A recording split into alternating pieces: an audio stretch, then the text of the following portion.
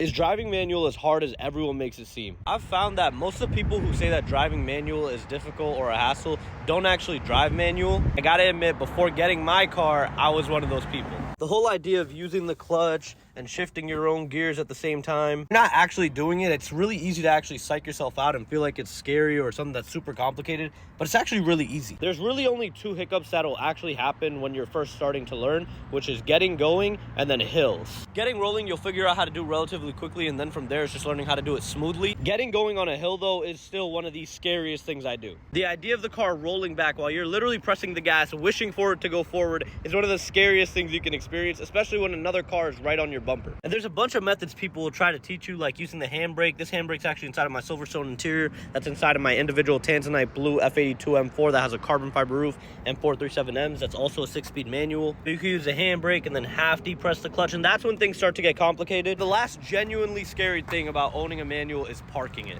Some people will tell you when you park it, leave it in gear. Some people say leave it in neutral and just use the handbrake. If this handbrake fails and you're in neutral, this car is going to be in this forest. But if you're a new manual driver and you leave it in gear and you start the car, you're going to start it and then stall out instantly. But for the most part, those are the only things that are actually scary about driving manual. Nothing catastrophic. You're not going to accidentally money shift, because that's something that only happens when you're really trying to push the car. Overall, after being someone who used to say that driving manual is too complicated, it's actually really rewarding and makes a lot of sense once you're doing it.